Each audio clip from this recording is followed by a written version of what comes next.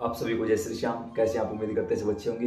प्रेमियों, आज की वीडियो में बात करेंगे कि 90% लोगों को सिर्फ इस गलती के कारण शरीर पर सवारी नहीं मिल पाती या उनकी सिद्धि सफल नहीं हो पाती।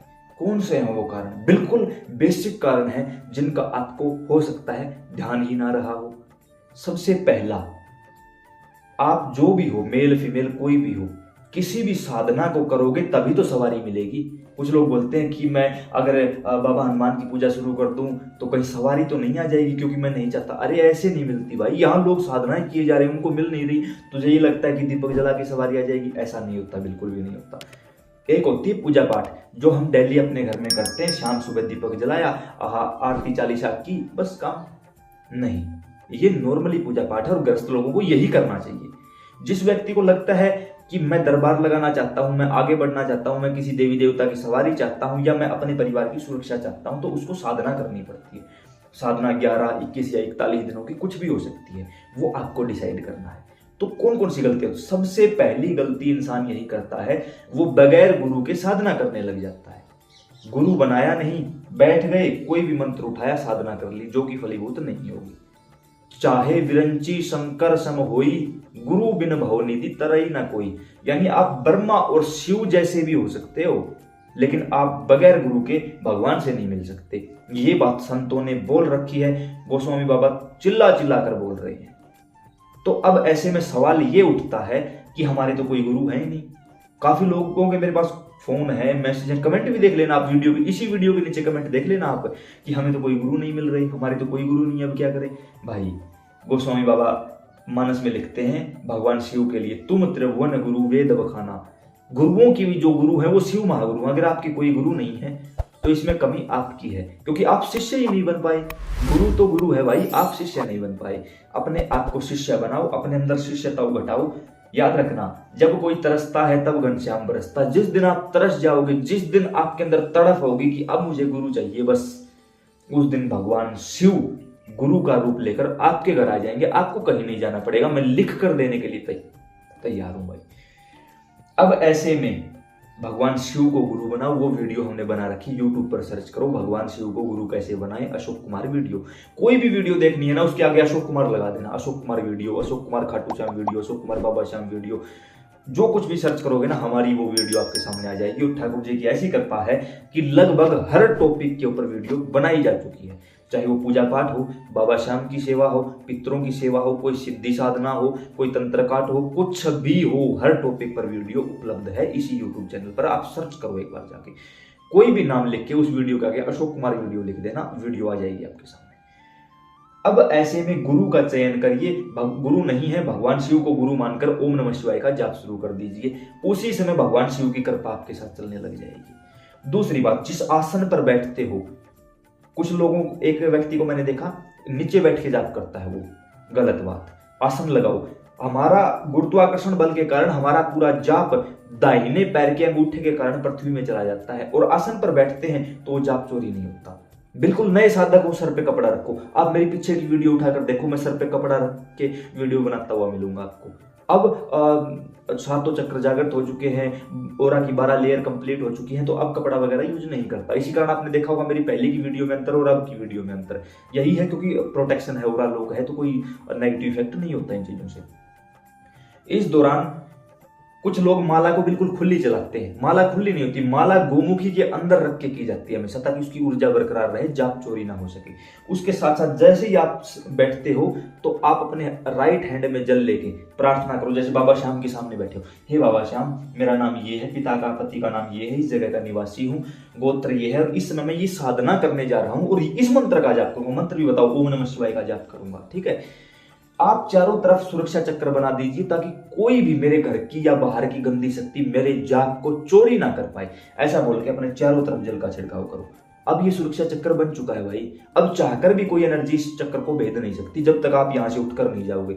जैसे ही उठकर जाओगे ये अपने आप अनलॉक हो जाएगा। दोबारा बैठोगे तो दोबारा से जल लेके यही काम करना पड़ेगा। सिंपल सी बात है। उसके साथ कुछ लोग क्या करते हैं, गुरु मंत्र सिद्ध किए बगैर या कोई भी सात्विक मंत्र सिद्ध किए बगैर यूट्यूब से या कहीं से भी मंत्र उठा लेते हैं, जो कि सबसे गलत बात है।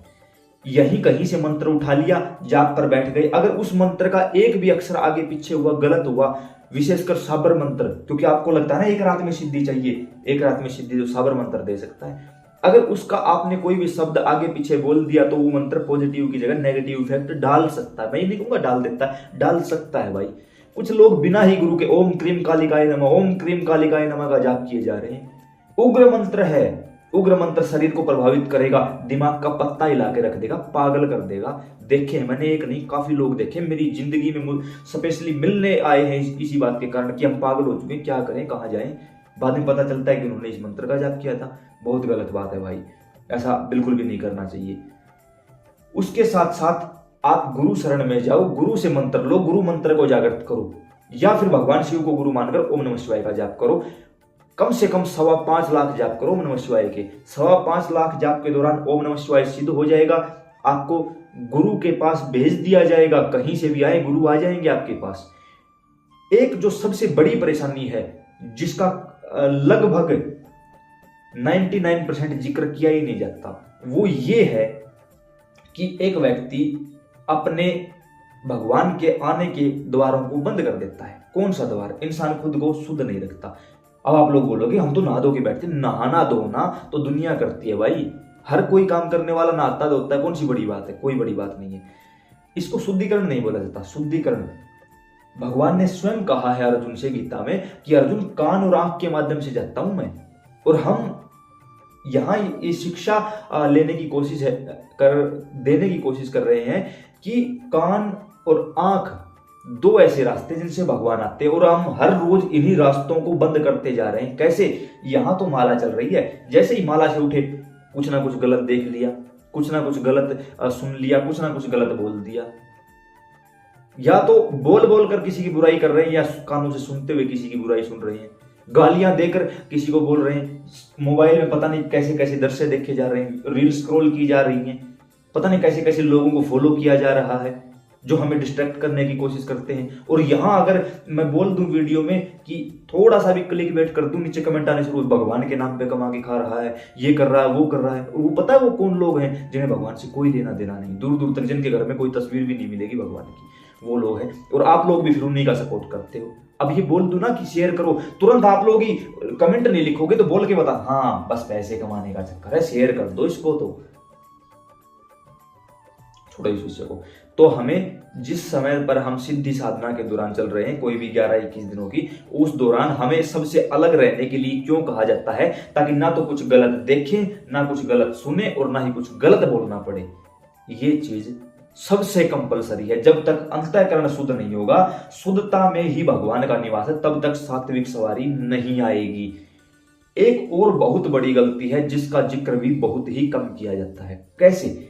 अब हमारे ही घर में जो मरे हुए लोग हैं, जो पितृ मलिन हैं, या पितृ प्रेत योनि में है, या प्रेत ही हमारे घर में कोई ना कोई मुकदमा खड़ा कर देते हैं।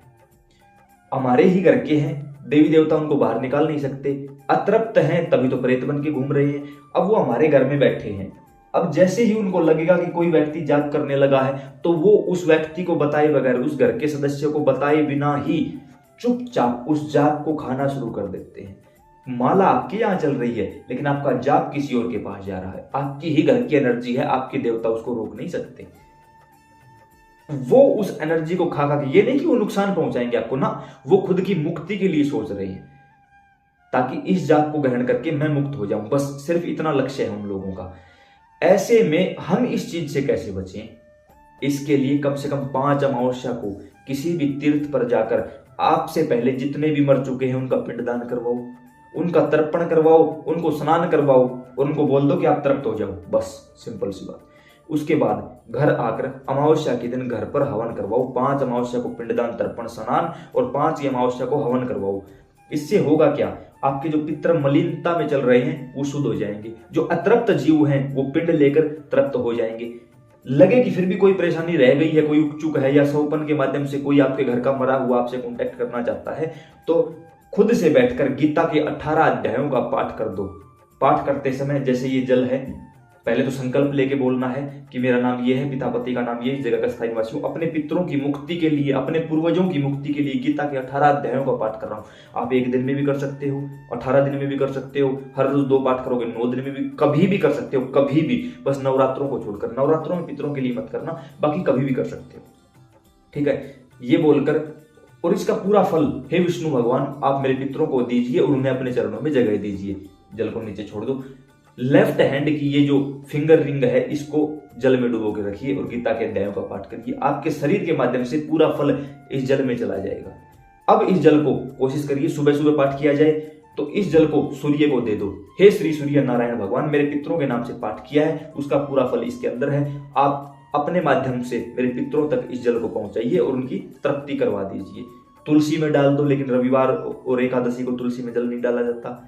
किसी और, जैसे वट वृक्ष है, पीपल है, बेलपत्र है, आसपास कोई मंदिर है, शिवलिंग पर चढ़ा दो। घर में शिवलिंग रखते हो, उस पर चढ़ा दो। ये काम करोगे तो पितरों की मुक्ति भी होगी, पितरों की तृप्ति भी होगी, पितरों का प्रेत योनि से छुटकारा भी होगा और आपका जीवन बदल जाएगा। तो ये 4-5 मुख्य लक्षण आपको बताए गए हैं। इनमें से अब आप देखो आपने कहाँ कमी छोड़ी थी, उसी के अनुसार एक और बहुत ही जरूरी बात है कि जब भी किसी साधना पर बैठो तो अपने घर के बाहर, जब आप घर के बाहर से अंदर आते हो तो राइट साइड में 5 बतासे 2 लौंग अपने घर के बाहर रख दो और बोलो कि हे माता चौराहे वाली चौगानन माता, ये आपका भोग है, भोग स्वीकार करिए। मैं उस देवता की सिद्धि साधना पर बैठा हूं, सिर्फ उस देवता को घर के अंदर आने देना और किसी को आने मत देना। इससे माता चौराहे वाली उसी शक्ति को अंदर जाने देंगी, बाकी किसी को नहीं जाने देंगी। और मोस्टली लोग यही गलती करते हैं कि चौराहे वाली का भोग देते नहीं और बोलते हैं सवारी नहीं आती। बिल्कुल आएगी सवारी, हर हाल में आएगी सवारी, घबराने की आवश्यकता नहीं है। आप ऐसे ही प्यार प्रेम बनाए रखिए। काफी प्रेमियों ने कहा आपसे जुड़ना है तो नीचे डिस्क्रिप्शन में व्हाट्सएप ग्रुप का लिंक दिया, आप व्हाट्सएप ग्रुप पर हमसे जुड़ सकते हो। सभी टॉपिक पर वीडियो बना दी गई है, किसी को पर्सनली फोन पर या मैसेज में या ऐसा मैं कोई कुछ नहीं बताता, ऐसा कोई चक्कर नहीं है भाई। तो सेवा करते रहिए। जय श्री श्याम, राधे राधे।